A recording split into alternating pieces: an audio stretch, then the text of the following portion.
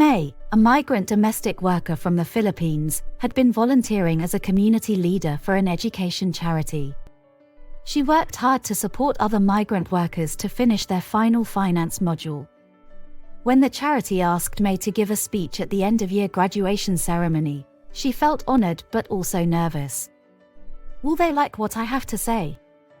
May thought. What if something goes wrong? On the big day, the room was filled with graduates, their friends, and supporters of the charity. May had practiced her speech for days. She wanted to share her story about how education had changed her life and to encourage others to keep learning. When she stood on the stage, her heart raced. But she smiled and started. Good afternoon, everyone. My name is May, and I am so happy to be here today.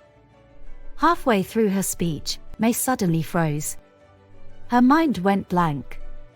The next part of her speech disappeared from her memory. May took a deep breath and smiled at the audience. I'm sorry, she said with a small laugh. Sometimes, when you care so much about something, the words get stuck. The audience laughed warmly, and May used her notes to start where she left off. As May continued, the microphone started making loud, crackling noises. Some people in the back couldn't hear her clearly. May paused and tried to fix the microphone problem, but the noise continued. Instead of panicking, she stepped away from the microphone and raised her voice. I think I'll go without this for now, she said with a smile. Can everyone hear me? The audience nodded, and May carried on. May asked if the audience had any questions at the end of her speech. A student raised her hand and asked about a financial challenge. May felt a flash of panic. She didn't know the answer. That's a great question, May replied honestly.